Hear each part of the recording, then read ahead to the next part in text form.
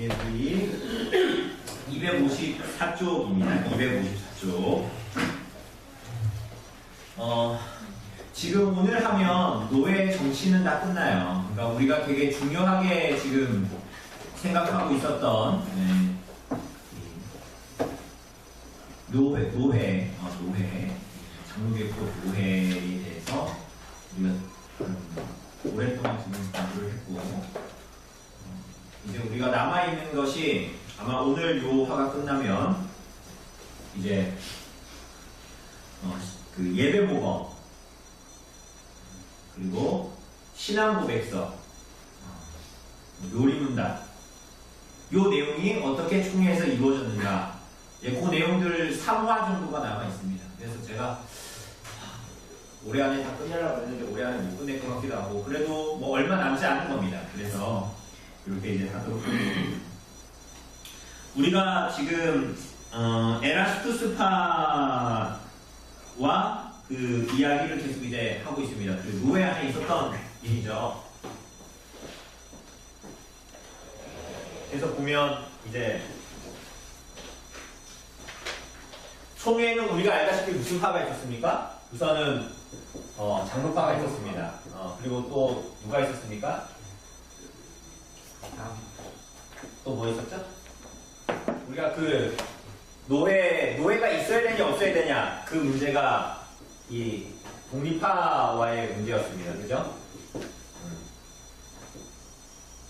그래서 우리가 뭐 얘기했잖아요. 이 사람들은 이제 must be, 반드시 있어야 된다였고, 이 사람은 이제 maybe였는데, 얘네들이 뭐 정치적인 세력들을 끌어와가지고 지금 어렵게 해가지고 그냥 이 스코틀랜드 총대들이 이제 백보양보해서 사실 지혜를 발휘해서 maybe로 했지만 이 과정에서는 must be였다. 사실은 노예는 반드시 있어야 된다는 것을 얘기했다. 그래서 이게 이제 결국은 노회의 문제였습니다. 이 사람들하고의 문제는 이 노회의 문제, 노회가 있어야 되냐 없어야 되냐 뭐 이런 얘기였죠. 그런데 여기 또 한 이제 파가 있었죠. 이 사람들 누구라고 그랬어요? 에라스투스파였습니다. 그러니까 이 사람들과의 논쟁을 지금 이제 우리가 보고 있는데, 이 논쟁의 핵심은 뭡니까? 교회와 그러니까 국가와의 관계입니다. 그죠? 쉽게 얘기하면 교회에서 그 권징이 있는데, 권징을 교회가 해야 되냐? 국가가 해야 되냐? 이제 이런 문제입니다. 그러니까 우리가 지난주에 본 대로 만약에 이렇게 하면 이제 뭐 권면을 할 수는 있지만 사실은 이 교회에서 그 영혼을 살리고자 하는 것들은 하는 그런 권징들은 실제로 하지 못하게 되는 것이죠. 그래서 이제 국가는 이 모든 것들을 교회가 할 수 있는 것들은 제한되어져 있고 그 권징은 이제 국가가 해야 된다라는 것에 대해서 이제 이야기했습니다. 그래서 이게 오늘도 보겠지만 오늘날도 우리에게 이제 많은 것들을 이야기해주죠. 국가와 교회와의 관계가 어떠해야 하는가를 우리들에게 또 말해주기도 합니다. 그래서 여기서 그 권징은 교회가 해야 된다라는 것에 대해서 이제 총대 중에 한 명인 길레스피가 쓴 책이 있다고 했죠. 그게 뭐예요? 아론의 쌍난 지팡이입니다. 그래서 이제 그 책을 우리가 읽어보진 않았지만 우리가 그 내용들을 이 부분에서 요약해 주고 있습니다. 그게 이제 254쪽입니다. 그래서 여기에 보면 아론의 쌍난 지팡이 문제는 사실 이 책의 출간으로 상황이 종료됩니다. 상황이 종료돼요. 왜냐하면 항상 웨스트민스터 총회 쉽게 말싸움하려면 옛날에 이랬어, 상황이 이랬어 이런 얘기로 먹히는 데가 아니라 뭐를 근거해야 돼? 반드시 성경이 뭘 얘기하냐 그걸 그렇게 해요. 그래서 길레스피의 이제 성경 해석이죠. 아론의 쌍난 지팡이가. 그래서 뭐 다 보진 않을 겁니다. 그래서 맨 밑줄에 보니까 뭐예요? 1권 구약 유대의 교회 정치에 관하여 이렇게 나와 있죠. 그래서 서로 원리가 같다 다르다? 다르다. 그래서 유대 교회와 세속 정부는 다르다. 유대 교회는 국가와 분리되어 있었다. 사내들인 공회도 정치 권력과는 다른 교회의 고유한 정치 기구였다라는 것을 이야기합니다. 또한 유대인들의 교회 자체적으로 출결을 가지고 있었다는 거죠. 그게 정부에 맡겨져 있는 게 아니라는 겁니다. 또 그 뒷칸에 아래로 쭉 내려와서 2번입니다. 그죠? 이게 3번으로 되어져 있는데 2번에서는 뭐라고 해요? 아까 위에는 구약이었고 이번엔 뭐예요? 신약. 그러면 기독교의 정치 원리에 대해서 서로 원리가 같다 다르다. 그리고 예수 그리스도의 두 왕국. 우리 전에 봤던 멜빌의 이 두 왕국 이론 그런 거랑 비슷하죠. 그래서 하나님은 일반적인 왕국을 다스리는 통치자와 교회를 다스리는 대리자를 각각 세우셨어요. 별개로 있어야 되는 것입니다. 그죠? 그리고 그러면서 그 아래도 서로 원리가 다르다. 똑같은 색깔로 아래 내려오면 세속 정부에서 하는 형벌과 교회의 번징은 같다 다르다. 다른 거예요. 다르다. 왜 다르냐? 그 아래 노란색으로 보면 다르죠. 뭐가 다릅니까? 목적이 달라요. 그 목적이 뭡니까? 세상에서 하는 건 다 뭐예요? 국가에서 그 사람을 통해서 그렇게 하는 것들은, 번징을 해내는 것들은 손해를 매상시키는 거죠. 그런데 교회가 원하는 건 뭡니까? 회개. 그러니까 여러분 잘 생각해야 돼요. 그러면 회개한 사람은 손해보상 안 해도 됩니까? 아니죠. 근원적인 거라는, 근원적인 게 뭐냐는 거예요. 교회는 이 사람의 근원을 얘기하는 건데 세상은 그냥 이 사람이 뭐 나쁜 짓 하고 벌금 내면 땡이죠. 이 사람이 정말 잘못했다고 생각하고 정말 그 마음가짐을 버리고 이런 식으로 얘기해요. 벌금만 내면 땡이고 5년 살면 땡이고 이런 거잖아요. 그래서 목적이 달라요. 손해 배상이 아니라 회개를 위한 겁니다. 성격은 뭐예요? 기준이 오직 말씀을 기준으로 한다는 거예요. 과정도 교회의 사역자에 의해서 시행되고 결과는 교회의 수수성을 회복하는 겁니다. 교회의 번식의 목적이 그죠? 그러면서 그 아래 보니까 몇 번이에요? 1번은 구약했고요. 2번은 신약했고요. 3번은 뭡니까?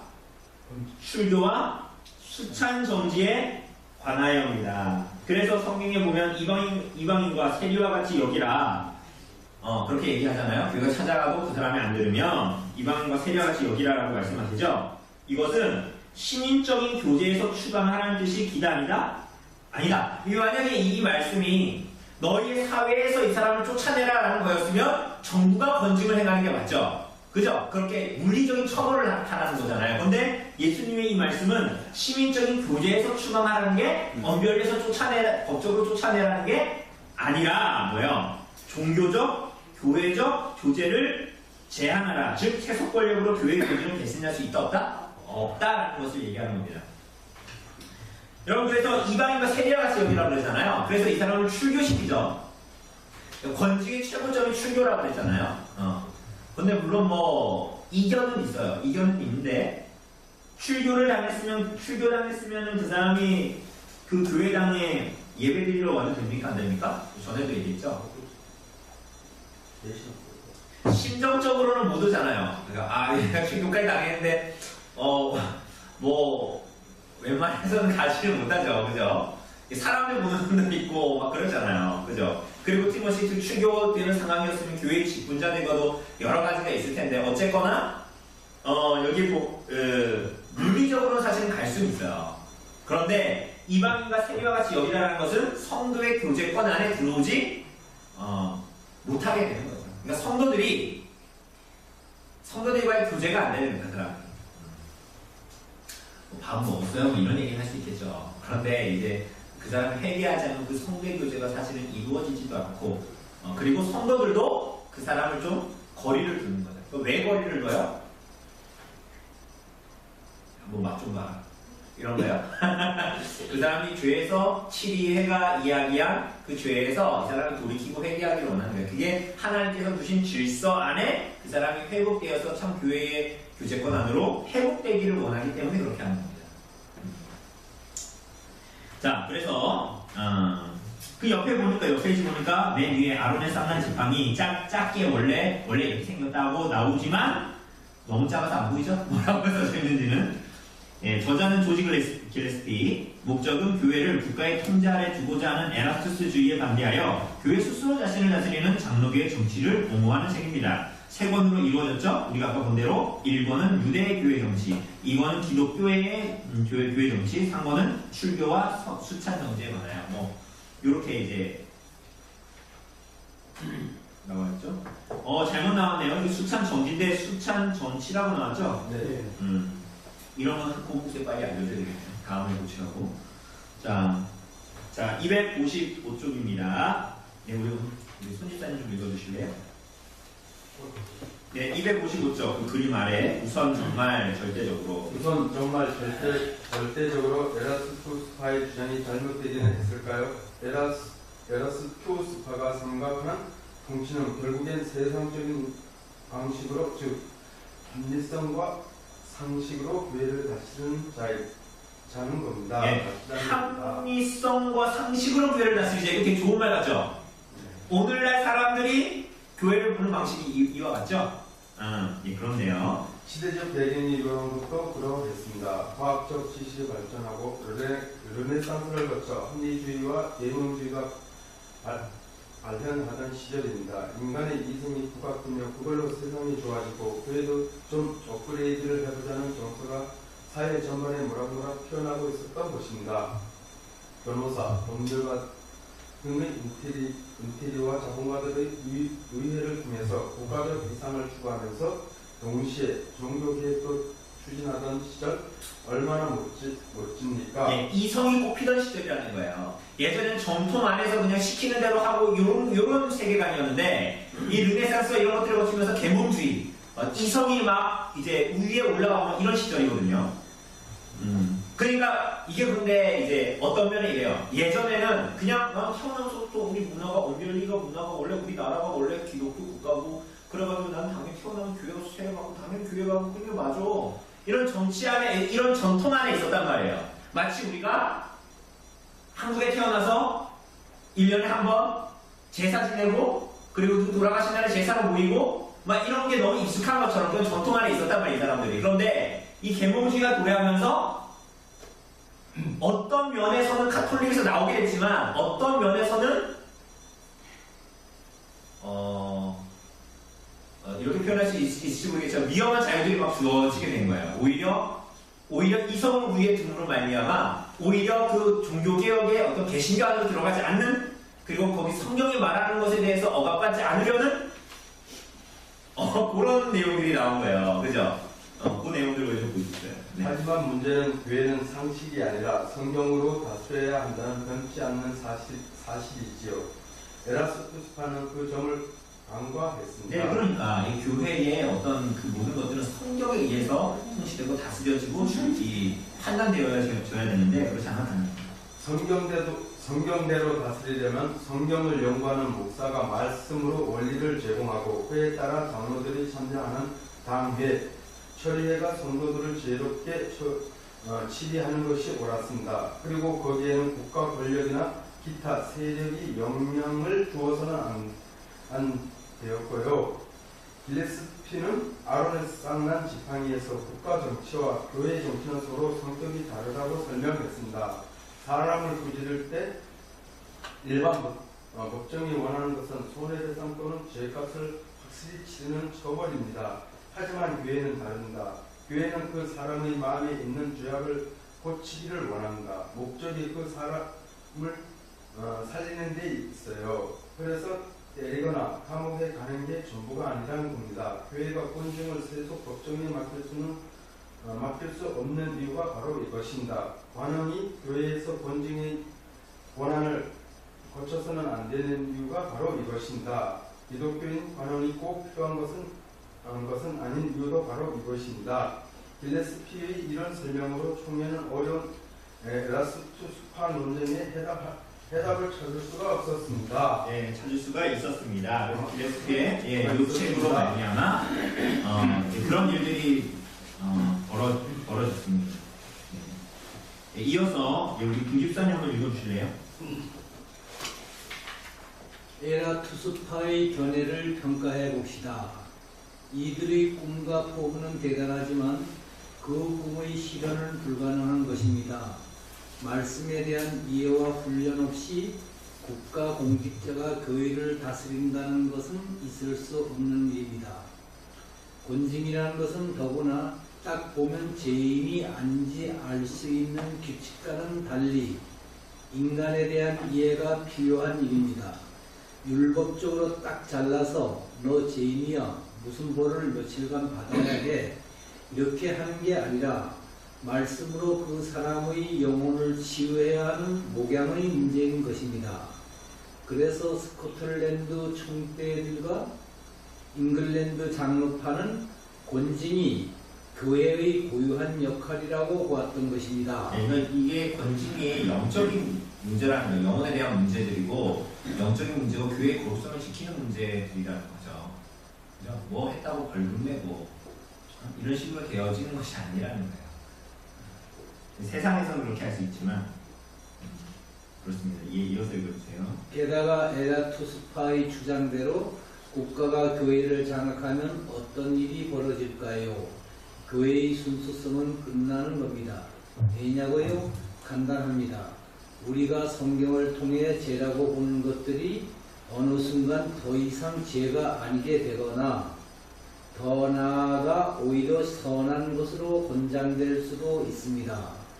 판단 기준이 바뀌기 때문입니다. 네, 우리 이제 마태복음 5장 이제 이어서 계속 보겠지만 예수님께서 7계명에 대해서 말씀하셨잖아요. 그러니까 간음하지 말라고 계명이 말했지만 여자를 보고 음란한 마음을 품는 음욕을 품는 자마다 그는 7계명을 범한 것이다 이렇게 말하죠.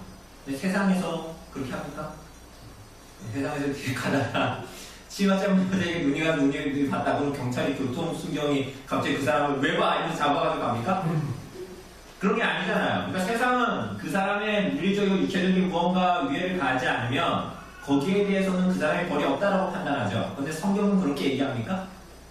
그렇게 얘기하지 않죠. 그러니까 바리새인들은 그렇게 얘기할 수 있죠. 그러니까 예수님 당시에 그 사람 바리새파들은 율법에 대해서 자기의 모든 행위나 이런 걸로 지켰잖아요. 금식도 하고 기도도 하고 그런 행위로 다 지킬 수 있었단 말이에요. 그런데 예수님께서 그들에게 뭐라 그러십니까?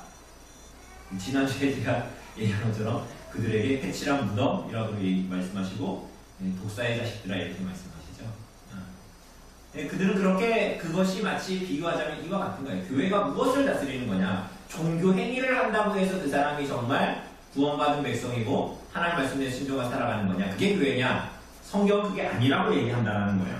판단 기준이 다릅니다. 세상과. 네, 이어서 읽어주세요. 국가는 성교의 자유가 헌법으로 보장된 한국에서 국회가 성경적 기준으로 법을 제정하고 행정부가 성경적 기준으로 법을 집행하고 사법부가 성경적 기준으로 판결을 내리는 것을 상상해 보십시오. 그런 일이 있을 수 있을까요? 가능하지 않는 일입니다. 어떻게 보면 이것은 너무나도 명확한 문제였는데도 불구하고 모두 쉬운 문제를 어렵게 풀고 있었습니다. 교회의 고난을 자기들이 방치해두고 싶었던 의회의 의지는 너무나 강했고 아무래도 총회는 서류상으로 확실히 의회에 딸린 기관이었기 때문입니다. 어쨌든 길레스피를 비롯한 스코틀랜드 총대들의 노력으로 총회의 분위기는 차츰 정리가 되어갔습니다. 그러나 문제는 또 총회 밖에서 터집니다.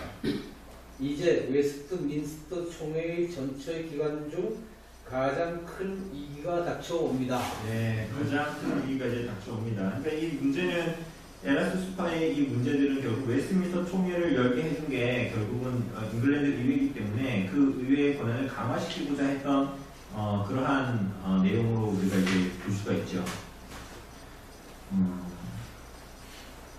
결국은 잉글랜드는 이렇게 갑니다. 사실 이게 이 논쟁이 이렇게 되고 웨스트민스터 문서를 우리가 봤지만 사실은 이 잉글랜드 교회에서는 이것이 실행되어지지 않아요. 이런 내용들이 실행되지 않고 결국은 마치 에라투스파의 어떤 그런 주장처럼 이제 그 잉글랜드는 그렇게 흘러갑니다. 예, 1646년 4월 30일 총회 위기에 허대사님 이어서 읽어주세요. 총회는 토론 끝에 권진에 관한 권한, 문제에 대하여 합의된 입장을 문서로 만들어서 의회에 보고했습니다. 그러나 문서를 받아든 의회는 기동이 안 되었습니다. 의회는 기동인 정도 권진에 권한을 의회, 산하, 재판소나 공권력에 손에두고 싶었는데 총회의 결론은 그것이 교회의 공유한 권한이라는 식으로 나왔기 때문입니다. 네, 그죠? 이 문제를 너희가 논의해봐라고 웨스트민스터 총회에다가 의회가 맡겼는데 총회의 결과가 의회가 원하는 바가 아니었던 거예요. 그러니까 어땠던 거예요? 굉장히 기분이 별로 좋지 않았던 거죠. 예, 이보세요. 의회는 그저 종교기구와 위원회에 불과한 웨스트민스터 총회가 감히 의회의 권위에 도전했다고 판단합니다. 그래서 의회는 총회의 몇몇 위원들에게 일정의 심할서를 작성하도록 했고 총회가 모이는 시각에 그 장소까지 찾아와서 도구한 태도로 공개 출제까지 하고 들어갑니다. 사실 의회의 이런 태도는 솔직히 잘 이해되지 않습니다. 이럴 거였으면 애초에 물어보기만 말든지 논쟁을 어떻게 해야 하냐고 물어봐서 애써 성경책 뒤져가며 대답했더니 기분 나쁘다고 하면 어쩌라는 것인지. 예, 이게 그러니까 의회는 총회한테 그렇게 연락을 했던 이유가 그래 성경이 뭐라고 해 니네가 열심히 연구해라. 그래서 목사들 장로를 다 부른 거 아니에요. 그래가지고 우리 갖고 와라. 그럼 그걸 따르겠다라는 거였는데 원래는 결과 이렇게 나왔는데 의회는 자기네가 시켜놓고 그렇게 해서 잘했더니 자기네가 원하는 거 아니라고 지금 이런 식으로 하는 겁니다. 네. 이럴 거면 애초에 총회에 소집할 필요도 없지 않나요? 기본적인 이유까지 상실한 의회의 태도에 총회의 분위기는 한순간 수렴이었습니다. 총회를 개최할 때만 해도 의회는 지식과 인품이 뛰어난 성직자들이 합의 사항을 겸손히 듣겠노라 하며 총회를 추켜세웠고 실제로 그것이 그들의 출신이었습니다. 하지만 일전에서 무리한 고지를 정하게 되면서부터 극한 불을 꺼서 여기를 찾는 의회의 마음을 바꿨습니다. 예전에는 우리 알다시피 잉글랜드 안에서의 왕당파와 첼시 1세 왕당파와 의회파와의 전쟁이었죠? 그죠? 우리가 좀 요 맥락을 이해하려면 그 의회파가 약했잖아요. 그래서 스코틀랜드가 와서 의회파에 붙어서 전쟁을 해서 급한 불을 껐죠. 왕당파가 막 이렇게 이제 서서히 약해지고 의회파가 이제 전쟁의 길을 잡지 않습니까? 그러니까 이 사람들이 마음을 바꿨다는 거예요. 네. 이 날의 사건도 같은 맥락입니다. 어쩌면 의회는 자신들의 총회를 주도하는 스코틀랜드 총리들을 국가원으로 바라보기 시작했는지도 모릅니다. 그러던 차에 검진 논쟁이 폭발 불씨가 되었고 수년째 매일같이 그야말로 헌신적인 노력을 해오던 총회, 특히 스코틀랜드 총대들에게 이 날의 사건은 심히 모욕적이었습니다. 그들은 깊은 자괴감까지 느끼게 됩니다. 자칫하면 총회는 주로 파장 분위기가 되어서 모릅니다. 네, 제가 한번 읽어볼게요. 그래서 하지만 이날도 하나님께서 총회를 지키셨습니다. 다행히 다수의 총대들은 그들이 해야 할 일을 아주 잘 알고 있었습니다. 그들은 목표가 뚜렷했습니다. 아직 가야 할 길이 멀었습니다. 해야만 하는 중요한 일이 남아 있었습니다. 그것은 바로 지금까지 이어온 토론을 정리한 교회 정치, 그리고 다음 단원부터 공부할 예배 모범, 그리고 신앙 고백서, 그리고 대소요리 문답을 작성하는 것이었습니다. 바로 이 일을 위해 총대들은 모든 모욕을 참아냅니다. 그들은 자신들의 수고가 억울하게 날아간 허탈함과 괘씸하고 부당한 처우로 뒤통수를 맞은 불쾌함보다도 역사 속에서 자신들의 손에 맡겨진 더욱 중요한 사명에 집중하기로 했습니다. 그들은 겸손하게 의회의 처분을 받아들이고 원망하기보다는 오히려 다음날 하루를 금식일로 정하여 조용히 기도하며 보냅니다. 그리고 다시 힘을 내서 더욱 가열차게 작업을 계속해 두었습니다. 우리가 이거 글로 읽지만 이게 좀 쉬워 보이지만 그렇지가 않아요. 그러니까 이 사람들의 마음에는 정말 교회를 사랑하는 마음이 있었던 거야. 그러니까 이 그리스도의 교회가 하나님의 말씀대로 다스려지고, 그래서 이 잉글랜드의 교회가 스코틀랜드의 교회와 같이 하나님의 말씀으로 바르게 세워지는 교회. 우리 가끔 이런 얘기 하잖아요. 카톨릭 교회를 교회라고 할 수 있냐 없냐. 그랬을 때 많은 사람들이 또 일면 이렇게 얘기하죠. 저도 그건 동감을 하는데 물론 교리적으로 봤을 때는 그건 말이 안 된다. 그러나 그들 안에 하나님께서 택하신 백성이 있을 수 있다. 그러므로 우리가 카톨릭을 굳이 그렇게 이단이라고 볼 것까지는 없다. 뭐 이런 식으로 우리가 얘기하는 사람들도 있죠. 그런데 우리가 오늘 이 본문에서 좀 이렇게 기억해야 하고 좀 찾아야 될 것은 이 사람들이니까 왜 그렇게 했냐는 거예요. 예를 들면 카톨릭도 교회고 개신교도 교회면은 야, 뭐 카톨릭도 익숙하면 카톨릭에 있다가 죽지 뭐 이렇게 할 수 있잖아요. 그러나 이 사람들이 생각했던 것은 정말 하나님의 백성이라면 성경대로 살아가는 것이 맞을 텐데 그 교회의 정치이건 나의 삶이건 예배이건 다 하나님의 말씀대로 이루어지고 그렇게 교회가 나가야 그게 온전한 교회다라고 성경에서 말하는 하나님의 계시의 말씀대로 나아가는 교회다라고 생각했던 거예요. 그러니까 이 사람들은 하나님도 하나님의 말씀도 만홀히 여기지 않고 그래서 하나님의 말씀이 정말 하나님의 말씀으로 받아들여서 이들은 정말 그렇게 살았던 거야. 그러니 이 사람들은 그날 어떻게 보면 인간적으로는 모욕을 당했고 화가 나고 짐 싸들고 내가 뭐 아쉬울 게 있어서 집에 갈 수 있었지만 이들은 이 타지에서 그리스도의 교회에 대한 사랑이 그 마음에 있어서 이 모욕을 참아내는 거예요. 그리고 그에게 역사 속에서 하나님이 맡겨주신 일이라고 생각하고 굴욕을 참아내고 이 일들을 합니다. 오히려 그 다음날 금식일로 정하면서 조용히 기도하면서 그 시간을 보냈다 이렇게 얘기하죠. 참 이게 쉽지 않아요. 그러니까 여러분 우리들의 삶이 하나님 말씀대로 살아가는 것이 쉽지 않듯이 오히려 이 사람 지금 타지에서 사실 잘 되게 아무 일기가 없는 그런 곳에서 이 일들을 해내고 있는 것이 과연 그리스도인들이 어떻게 이 그리스도의 보편교회를 이 땅에 있는 보편의 교회들을 사랑할 것인가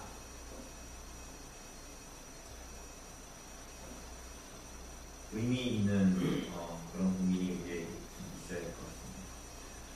네, 이어서 우리 승민 형제 한번 읽어주세요. 의회가 실시한 장로교회 제도 결론 예상대로 됐습니다. 의회는 총회의 결과물에 수정을 가합니다. 총회의 원안은 의회를 거치면서 에라스투스파의 입장에서 재해석된 방향으로 첨삭되었습니다. 그 성경을 찾아가며 토의한 보람도 없이 그렇게 장로교회 제도는 잉글랜드 스타일로 바뀌어 시행됩니다. 의회가 우선 어떤 지역에 시범적으로 선포한 새로운 교회 제도에서는 수차한 정지나 출교에 해당하는 중요 범죄 항목을 국가에서 정한다는 조항이 들어갔습니다. 법안의 전문에도 이 제도는 의회의 건의로 시행되고 멈출 수 있다는 언급이 들어갔습니다. 네, 그러니까 이게 다 누구의 주장이었어요 원래? 스코틀랜드 총대들의 주장이 아니라 에라스투스파의 주장이었고 스코틀랜드 총대 특히 조지 글래스피는 아론의 쌍난 지팡이라는 그 책을 썼으면서까지도 성경적으로 성경이 뭘 얘기하고 있는가 얘기했지만 이 사람들이 돌이킨 거예요? 안 돌이킨 거예요? 돌이키지 않았던 거예요. 그래서 잉글랜드식의 교회를 이제 이거 장로제도를 이루어갑니다. 네. 그것을 지켜보는 총회는 아쉬운 마음을 달래했으며 스코틀랜드 총대들은 허탈한 마음을 고향에 보내는 편지에 표현하기도 했습니다. 이렇게 해서 잉글랜드 장로교회는 건직 문제 앞에서 절반의 개혁의 그 발걸음을 멈추었습니다. 그래도 참 큰 성과였습니다. 참 아쉽죠? 이 사람들이 참 많은 시간 동안 이곳에 가서 이 일들을 했는데 뭐 여기 보면 허탈한 마음으로 고향에 보내는 편지에 마음을 표현하기도 했다고 했잖아요. 그러니까 막 너무 절망적이다 이 현실이 막 그런 식의 편지들을 써서 교회에 보내고 이 가족들에게 보내고 그렇게 했다고. 예, 교회 정치의 개혁 그 성과와 함께 요거 이제 어떻게 됐냐 이후에 그 내용들입니다. 예, 읽어주세요. 우리가 지금 보고 있는 웨스트민스터 신앙 고백서와 대소요리 문답을 비롯한 표지 문서는 웨스트민스터 총대들의 이와 같은 존경스러운 절제심의 결과물입니다. 그들이 이런 마음을 가졌던 이유는 무엇이겠어요? 답은 너무나도 분명합니다. 교회에 대한 사랑의 힘이었습니다. 이 사람들이 만약에 모욕당했으면 박차고 나가버렸어요. 그럼 어떻게 됐어요? 우리들이 가지고 있는 웨스트민스터 신앙 고백서, 대소요리 문답 이런 거 다 없었겠죠. 그죠? 근데 이들이 교회를 향한 사랑으로 그 모욕을 참아냈던 거예요. 오늘날 교회 개혁의 목소리를 내는 우리도 이 마음을 품어야 합니다. 인정받지 못해도 때로는 중상모략에 시달리며 허황된 비난을 당해도 대의를 위해 그것을 몸으로 받아내는 것도 필요합니다. 열받아서 판을 엎고 싶을 때도 있지만 그럴 때 하루쯤 금식하며 기도하면 주께서 더 넓은 시야를 주십니다. 이것도 하나님께서 은혜 가운데 우리가 겪도록 주시는 이유예요. 어쩌면 훗날의 상급을 위해 미리 살짝 맛보여주시는 자그마한 선물일지도 모릅니다. 비록 부족하고 아쉬운 부분이 있었지만 그 장로교회 정치 제도는 합법적이고 공식적으로 스코틀랜드와 잉글랜드에서 시행이 됩니다. 어쨌든 의회가 인준했고 실현되었으니 이것은 역사적 사실입니다. 그러나 이 제도조차도 독립파에 속했던 크로멜은 마음에 들지 않았습니다. 그는 훗날 장기의회를 해산시키면서 장기의회의 결과물까지 소홀히 여기는 역대의 실수를 저지릅니다. 이후 찰스 2세에 의해 왕정 복구가 되면서 잉글랜드에는 무효법이 발효됩니다. 이 법은 찰스 1세에게 저항했던 장기의회가 만든 모든 법안을 무효로 만드는 일종의 정치 보복이었습니다. 덕분에 장기의회의 모든 결과물은 웨스트민스터 총회를 포함하여 잉글랜드에서 모조리 불법이 되고 맙니다. 잉글랜드 역사에서 장로교회 제도는 그렇게 해서 허망이 사라지고 말았습니다. 참 아쉬운 일이죠. 그러니까 이게 참 잉글랜드 땅에서 이러한 일들이 벌어졌음에도 불구하고 이 사람들이 모두 다 무효법으로 만들어버리고 그 장기의회에 속했던 그 이거 웨스트민스터 총회잖아요. 저 웨스트민스터 총회가 만들었던 그 모든 것들이 잉글랜드에서 불법이 돼버린 거예요. 이제 나중에. 아쉬운 일이죠. 네, 읽어주세요. 하지만 정말 다행인 것은 총회의 또 다른 주체가 바로 스코틀랜드 교회였다는 사실입니다. 물론 스코틀랜드 교회는 잉글랜드와 달리 웨스트민스터 총회의 교회의 정치를 원한 그대로 통과 및 시행합니다. 그리고 그 문서는 오늘 안 읽어요. 스코틀랜드 만세.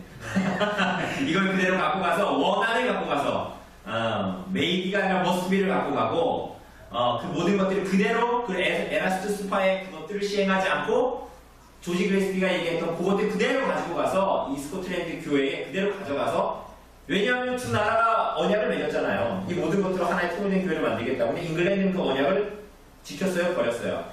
버린 거죠.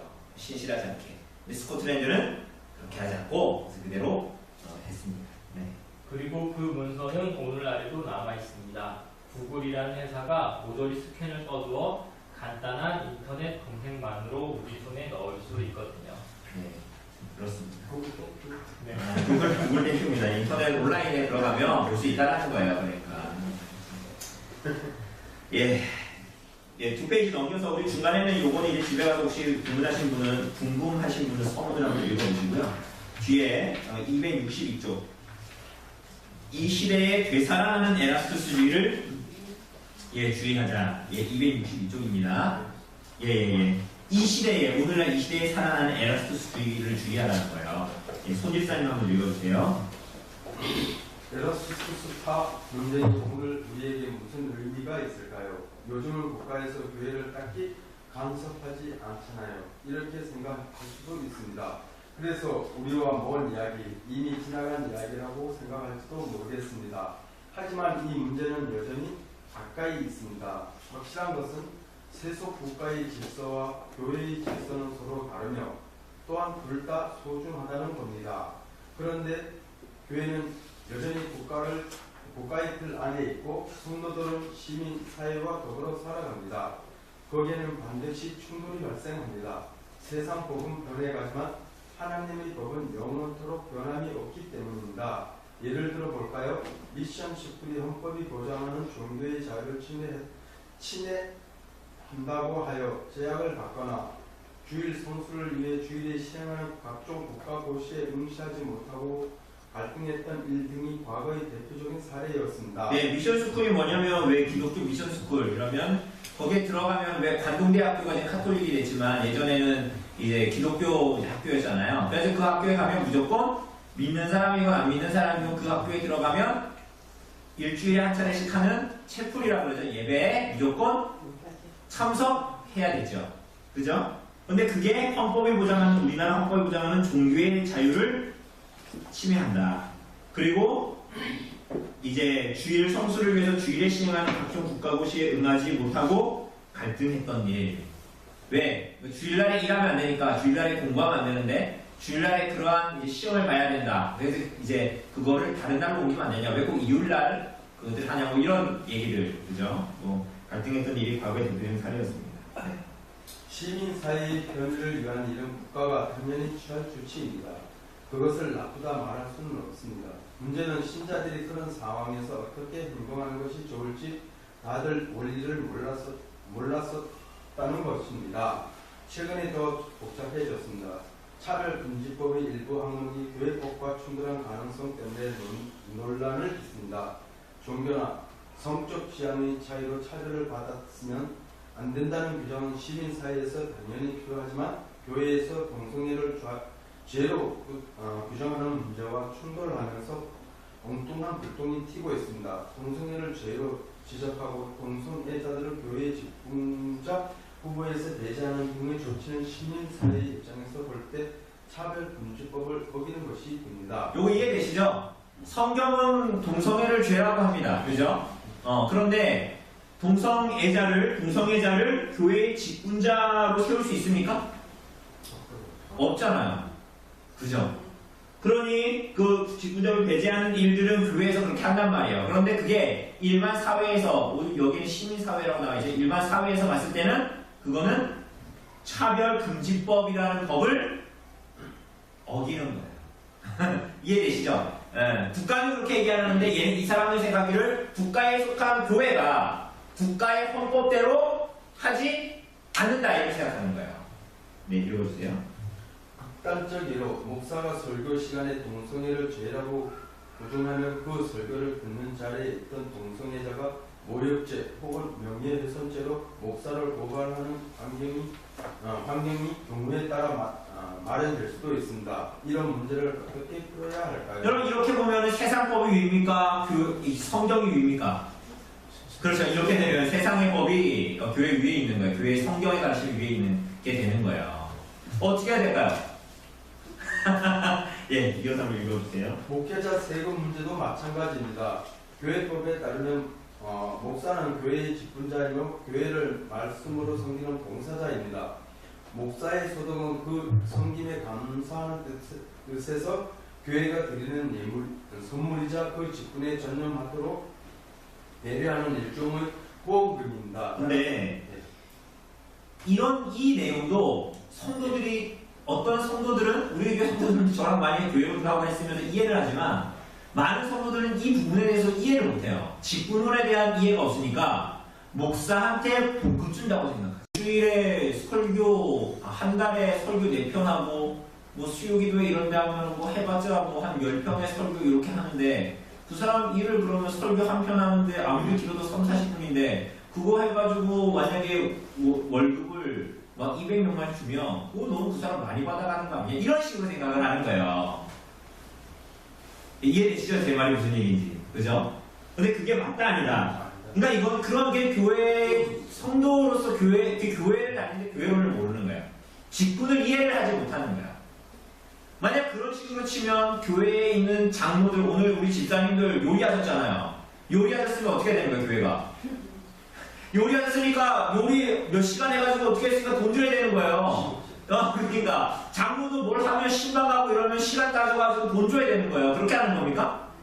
그냥 교회를 모르는 거예요, 그게. 그러니까 이 시대의 에라스무스 주기까지도 못 가고 거기에도 미치지 않는 이런 사람들이 너무 많은 거예요. 그래서 성김의 감사의 뜻으로 교회가 드리는 선물이 그 직분에 전념하는 배려 일종의 후원금입니다. 그러니까 사례를 우리 가끔 그냥 우리가 순간순간 이제 깊이 생각하지 않고 사례비라고 얘기하죠. 일반적으로 들을 때 교회에서 뭐 목사한테 월급 준다 이런 식으로 얘기 안 하잖아요. 사례비라고 이제 얘기하면 그 사례가 아닙니다. 생활비를 주는 겁니다. 왜 생활비를 주는 거예요? 그 목사 아이들 먹여 살리고 가족 먹여 살리는데 그거 힘들어가지고 말씀 연구 안 하고 뭐 대리운전을 한다든가 노가다를 한다든가 그렇게 하지 말라는 거예요. 왜 그렇게 하지 말라는 거예요? 뭐 하라고?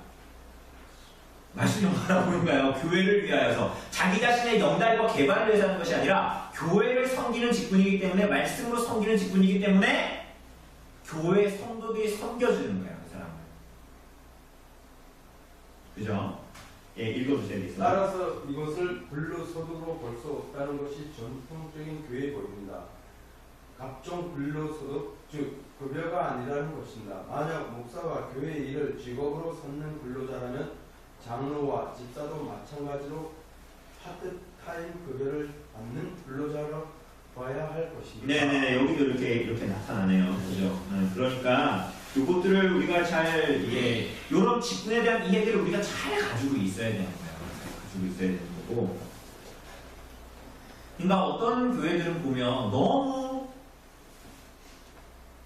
목사를 힘들게 사는 것이 맞는 것처럼 자꾸 생각합니다. 우리 교회는 안 그런데 어떤 교회들은 그렇단 말이에요. 그러니까 그 사람들은 그게 교회의 직분을 때론 맡고 있으면서 때론 성도들도 마찬가지예요. 그러니까 목사가 뭘 해야 교회가 정말 사는지 모르는 거예요. 잘. 그리고 자기네들도 그렇게 안 살면서 목사가 좋은 것을 혹시 뭐 좋은 것을 먹거나 이렇게 누리게 하는 것을 못 마땅해 해요. 그 이상한 심리죠. 그런 사람들이 있어요. 정말로 그런 사람들이 많아요. 우리 성도들이 그런 분이 없어서 그런 생각 안 하시겠지만 정말 그런 사람들이 있어요. 그게 참 이상하죠. 그러니까 왜 이게 교회론에 대한 이해를 우리가 바르게 갖지 않으면 자꾸 이런 식으로 생각해요. 예를 들면 이런 일이 있었죠. 어떤 목사들의 모임이 있었는데 그 목사들의 모임에서 어떤 1년에 한 번 좋은데 밥을 먹으러 갔나 봐요. 근데 그 장로도 거기에 속해 있는 사람이었나 봐요. 그런데 이 사람이 이런 거예요. 왜 성도들의 헌금을 가지고 목사들이 이런 맛있는 걸 뭐냐, 싼 거 먹어도 되지 않냐, 그러면서 막 싸운 거예요. 그 장로가. 그래서 고발하겠다는 등 뭐 이렇게 했던 거예요. 그러니까 뭐 목사들도 너무 비싼 데서 먹으면 안 되겠지. 상황을 보면서 그렇게 해야 되겠지. 근데 저는 그거 보면서 이런 생각이 드는 거예요. 저 사람은 지금 이 문제를 해결하자는 건가, 아니면은 목사한테 대학에서 목사랑 싸우자는 건가, 교회를 무너뜨리자는 건가, 이런 생각이 드는 거예요. 제 말이 무슨 얘기인지 아시죠? 어떤 직분자가 뭘 잘못했으면 그거를 장로교는 협의체 대화체라고 그랬잖아요. 그죠? 의회체라고 그랬잖아요. 대화를 해서 그게 바른 방향으로 나아가도록 해야 되는 거지. 이 사람은 목사가 그렇게 못해서 고발하겠다는 거예요. 그러니까 이건 싸우자는 거지 문제를 해결하자는 게 아니잖아요. 차라리 이럴 수 있겠죠. 그 사람이 성숙한 사람이라면 오늘 이거는 내가 다 내겠습니다. 이런 거였겠지만, 그러니 다음부터는 이렇게 하지 맙시다. 이번엔 내가 숨기겠으니 이렇게 하는 게 지혜로운 거지. 그러니까 교회를 사랑하는 마음이 뭔가를 잘 모르는 거예요. 교회를 잘 모르니까. 그러니까 세상의 법이 그대로 교회 안에 끌어와도 그게 가능한 것처럼 생각하고 그런 식으로 이루어지는 거죠. 네, 옆에 한번 읽어주실래요? 간통법 폐지 등의 최근 변화도 교계의 근신입니다. 실계명을 어기는 일명 무명한 죄이지만 사회적으로는 애인의 자유와 선택에 속하는 문제가 되었습니다. 이혼이나 미혼 남녀의 성관계 등은 교회에서 수찬 정지를 받을 만큼 큰 죄이지만 사회적으로는 이미 오래전부터 아무런 증거를 받지 않습니다. 이렇게 민감한 문제들을 앞에 두고 교회는 납득할 만한 결론을 내지 못하여 많은 신자를 혼란스럽게 합니다. 그래서 신자들은 두 가지 극단적인 대처를 합니다. 교회법은 현실적이지 못하다고 포기하는 세상에 따라 적응하는 것이 한쪽 입장입니다. 정반대는 국가를 사탄에 휘둘리는 세력을 저항하는 것입니다. 전자는 신자의 정체성을 잃은 일이고 후자는 덕스럽지 못한 행동으로 흘러가고 합니다. 네, 이해되시죠? 한쪽은 뭐래요? 두 극단을 선택한대요. 한쪽은 야, 문재인 정부가 너무 잘한다. 이거 무조건 교회가 무조건 이렇게 따라야 된다. 교회법이 현실적이지 않네. 바보 같은 놈들. 이런 사람들. 한쪽은 뭐래요? 정반대로 저 국가는 지금 사탄의 세력에 지금 휘둘려 저런 교회를 괴롭히려고 그런 거다. 이러라는 거예요. 전자는 신자의 정체성을 잃은 거고, 교회가 뭔지. 후자는 덕스러우지 못한 행동으로 흘러가고 합니다. 네, 읽어보세요. 기독교인이 정권을 잡아야 한다고 주장하거나 실제로 기독교 정당을 만들고 나섭니다. 혹은 악한 세상과 선을 긋고 시민사회와 구분된 교회만의 사회를 만들어 그 속에서만 통용되는 법에 따라 살아갑니다. 그 과정에서 흑백 논리가 힘을 흑백 논리. 흑 아닌 백이다. 이쪽 아닌 저쪽이다. 흑백 논리가 힘을 얻는 것은 자연스러운 수순입니다. 타 종교인에게 배타적이거나 절대적인 행동 양식이 거기서 자연스럽게 발생합니다. 폭력으로 이어지기도 합니다. 네, 이어서 공집사님 읽어주세요. 이런 문제들은 사실 그 뿌리가 에라투스 사상에 닿아 있습니다. 기독교인 대통령을 뽑아놓으면 교회가 잘 될 거라 믿거나 국가의 정책 방향성을 기독교인의 힘이나 숫자로 압도하려는 행동은 대체로 하나님의 나라 건설을 기독교 국가 건설과 혼동한 탓입니다. 기독교 정신에 입각한 각종 제도나 관습과 문화로 타 종교인을 억압함으로써 기독교의 우수성을 증명하려는 종교 순혈주의 현대판 십자군 전쟁과 다를 바 없습니다. 그런 사람들이 문제를 푸는 지름길이 바로 에라스투스주의입니다. 그러나 앞에서 봤듯이 이것은 실제로 불가능할 뿐 아니라 성경적이지도 않습니다. 종교 개혁자들은 결코 그렇게 판단하지 않았습니다. 쉽고 빠른 길을 찾기보다는 어렵고 곤란하고 패배할 가능성이 많더라도 성경이 말하는 방향을 택합니다. 그것은 스코틀랜드 종교개혁자 앤드류 멜빌의 두 왕국 이론으로 제안되었고 에스터민스터 총회에 참석했던 스코틀랜드 총대 사무엘 리더포드가 출간한 법과 군주라는 책에서 검증되었으며 조지 길레스피가 아론의 쌍난 지팡이로 에라투스파를 논박함으로써 확증되었습니다. 아론의 쌍난 지팡이 제3장에는 이방인과 세리와 같이 여기라는 말씀이 결코 시민사회의 분리를 말하는 것이 아님을 역설합니다. 출교는 종교적 또는 교회적 교제의 제한을 뜻하는 것이지 그 사람과 사회적으로 일체 교제하지 말라는 뜻이 아니라는 겁니다. 권징은 왕따를 시키라는 게 아닙니다. 실제로 총회 기간에 잉글랜드 의회가 명령한 권징서에 따르면 출교를 당한 사람도 여전히 시민의 일원으로 대하고 그의 가게에서 물건을 사는 등 그에게 사회 구성원으로서의 자격을 여전히 부여했습니다. 이처럼 에스터민스터 총회는 교회법과 세속법의 경계를 명확히 구분하면서도 함께 살아가는 사회를 무시하지 않습니다. 네. 제가 한번 읽어볼게요. 우리는 웨스트민스터 총회에서 힌트를 얻어야 합니다. 세상법과 교회법이 충돌하면 어떻게 해야 할까요? 신자는 교회의 고유한 질서를 생명처럼 지켜야 합니다. 그럼에도 불구하고 세속 질서 또한 존중해야 합니다. 세속 법정과 제도에 시민의 한 사람으로서 복종하고 협력해야 합니다. 물론 그 균형은 어렵습니다. 하지만 그게 답입니다. 구체적으로 어쩌라는 말인가요? 우선 하나님의 법에 맡겨야 할 것을 세상 법정에 맡기는 것은 참으로 부끄러운 일입니다. 세상법이 교회법과 충돌하면 우리는 교회법을 따라야 합니다. 그리고 그로 인한 불이익을 감수해야 합니다.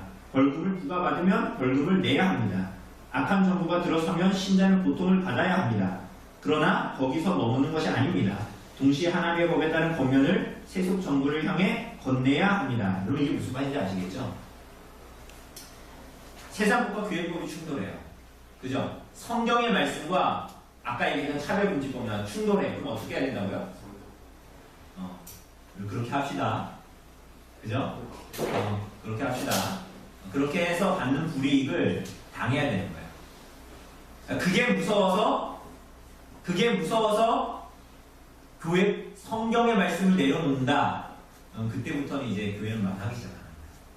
겉으로는 돈 벌금 안 물고 구치소에 안 들어갈 수 있을지는 모르겠지만 그것이 바로 교회가 정말 거룩성을 지키지 못하고 멸망하는 길이게 살리는 까닭이지 당장. 그러면서 동시에 하나님의 법에 따른 권면을 뭐 해야 되는 거예요? 세속 정부에 말해야 되는 거예요. 세속 정부에 교회는 그렇게 하는 것이 하나님의 뜻이 아니다라는 것을 말할 의무가 있어요. 왜요? 그 사람은 나중에 하나님의 심판 앞에 설 거고. 그럼 교회가 할 수 있는 일은 뭐예요? 그 사람이 그렇게 하는 게 하나님이 원하시는 것이 아니라라고 권면해야 되는 거예요. 그게 교회가 할 일이에요. 무엇이 선한 정부인지 어떤 정책이 하나님 나라 질서에 더 가까운지를 세속 정부가 법정하면서 제시하고 설득해야 합니다. 스코틀랜드 총리들처럼 때로는 책을 펴내야 하고 정신을 설득해야 하고 다음 세대를 교육하고 믿지 않는 자들도 납득할 수 있는 보편타당한 정책을 모색해야 합니다. 즉 마음을 다하고 지혜를 다하여 대안을 제시하되 방식에 있어서도 힘과 도모로 행하는 폭력이 아니라 말과 글과 성숙한 복종으로 싸우는 겁니다. 아울러 교회는 결코 정치 세력의 도구가 되어서는 안 됩니다. 종교 분리는 현실 문제에 침묵하라는 것이 아니었습니다. 정부가 하는 일은 속된 것이니 교회는 신경을 꺼야 해 하며 외면하거나 하나님이 세운 지도자잖아 우리가 지켜줘야지 라고 무조건 옹호하는 태도는 신학의 부재이자 정치 권력의 교회가 스스로를 내주었던 에라스투스주의입니다. 지금 이거 얼마 전에도 어떤 교회들은 정말로 이랬죠. 한심한 거예요. 세속 권력과 교권의 콜라보에 대한 저항은 16, 17세기 종교개혁의 핵심 가치 중 하나입니다. 깔뱅이 제네바에서 끝없이 싸웠던 주제도 이것이었고 프랑스의 위그노, 스코틀랜드의 장로파, 잉글랜드의 총교도 역시 마찬가지였습니다. 국가와 교회가 철저히 구분되어야 하는 이유는 그것의 성경적 근거가 없기 때문이기도 하거니와 그것이 교회에도 신자의 삶에도 국가에도 아무런 유익이 없기 때문입니다. 유익은커녕 해롭습니다. 그 증거는 교회사 속에서 한없이 찾아낼 수 있는데 놀랍게도 이는 국가 종교의 테두리를 벗어난 오늘날에도 답습되고 있습니다. 이런 일이 여전히 있는 한 종교개혁은 21세기에도 여전히 그리고 더욱 엄중히 오게 됩니다. 우리는 종교개혁자들이 취했던 방향으로 나아가야 합니다. 웨스트민스터 총회가 제시해 주었던 그 열매를 소중히 읽고 적용해야 합니다. 그것이 복된 길입니다. 총회를 지켜주던 주께서 오늘 우리도 지켜주시기를 우리에게도 지혜 내려주시기를 간절히 기도합니다.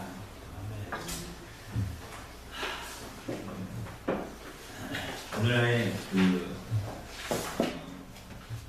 안타까운 문제들이 너무 많아요. 종교교 목사들도 웨스트민스터 총회에서 무슨 일이 있었고 다 복음으로 하나 된다고 얘기하지만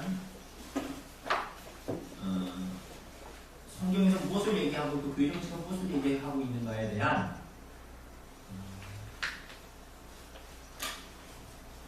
기반이 없어서 쉽게 얘기하면 겉으로는 개혁주의자 같고 겉으로는 장로교 목사 같지만 실체는 아닐 때가 문제입니다. 얘기해요.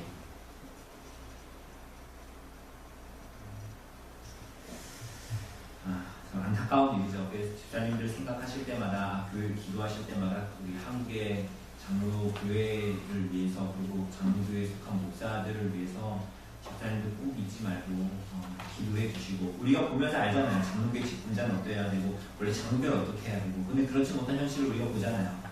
근데 그럼에도 불구하고 웨스트민스터 총대들이 스코틀랜드 총대들이 보여준 모습처럼 포기하지 않고 하나님께 간구하고 하나님께 자비와 긍휼을 좀 구하시고 그렇게 하시면 좋을 것 같습니다. 네, 우리 다음 주에는 이어서 이제 예배입니다. 예배 모범. 예배가 어떻게 개혁되었는가 그런 내용들을 이제 우리가 이어서 보도록 하겠습니다. 혹시 질문